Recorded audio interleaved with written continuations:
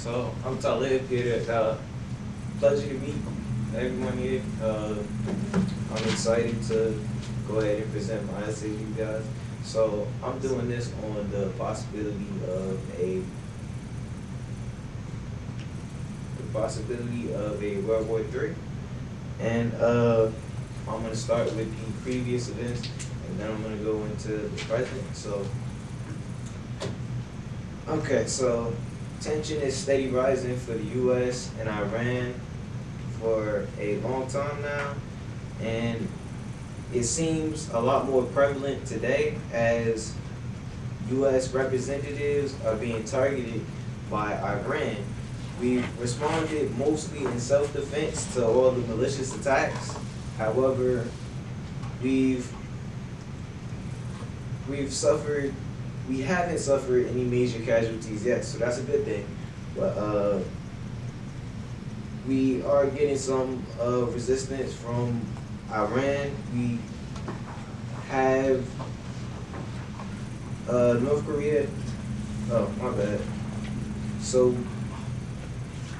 nothing has hindered us yet from Iran, but on the other hand, we have North Korea, which has a long history of hate and tension between the U.S.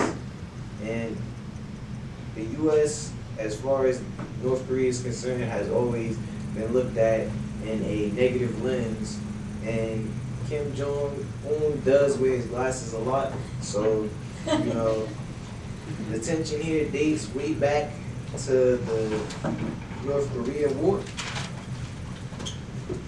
where the military dropped an estimate of 503,000 bombs on the Pacific theater in World War II in 1940s through the 1950s. The hate during this time was deep, and North Korea doesn't seem to be very forgiving now. Even now, it seems that Russia is on our side of the battle, so like that's a good thing, a really good thing. And we are often warned not to take action against Syria, as Russia is partnered with the butcher Assad, and since we're allies with Russia, any attack could negatively affect their partnership. Russia does not agree with North Korea, as far as we can tell, and advancing against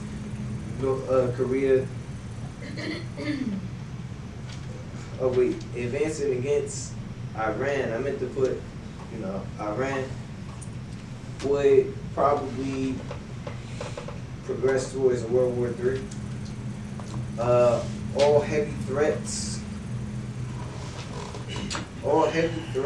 when it comes from the firepower of the military potential. One thing's for sure, we will be putting on a big show for anyone at home. Do any of you have someone that serves in the military?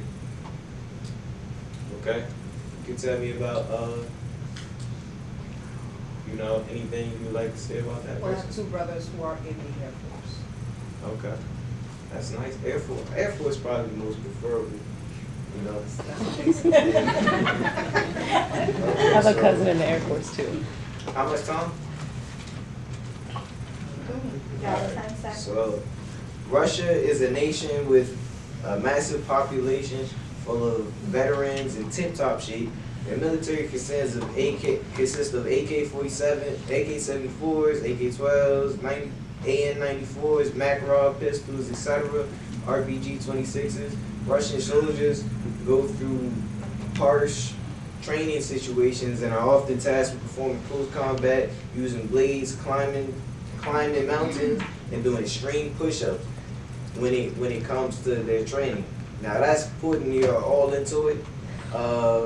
North Korea military is strong as well, has tons and tons of nuclear weapons and bombs. Troops train for days and often long nights, carrying Type 58 ARs. Lastly, so our president has made the haphazard choice of cutting off our alliance with Japan. Now that wasn't smart, but even so, we're still facing the heat of an impending war with competition. And with our main supporter no longer supplying us, we are in no position to tip the war in our favor. A couple weeks ago, Trump ordered an airstrike on Iranian Commissioner Qasim Salam, and dozens were killed in his radius. Now, that wasn't smart either. We have a lot of heat coming from Iran leaders aiming at the U.S. on behalf of Trump's office, and we're at the stage of the Cold War at the moment. But with these few events, things could escalate rather quickly. If your child was drafted or you were your child, how would you feel? Anyone? I'll be so upset and sad. I don't think I'll be able to handle it. Yeah. I feel like my time is up. Yeah. Personally, I think I would probably have to like make the most and be grateful, try to stay with, as far along God's side as I can. And that concludes my presentation. Thank you.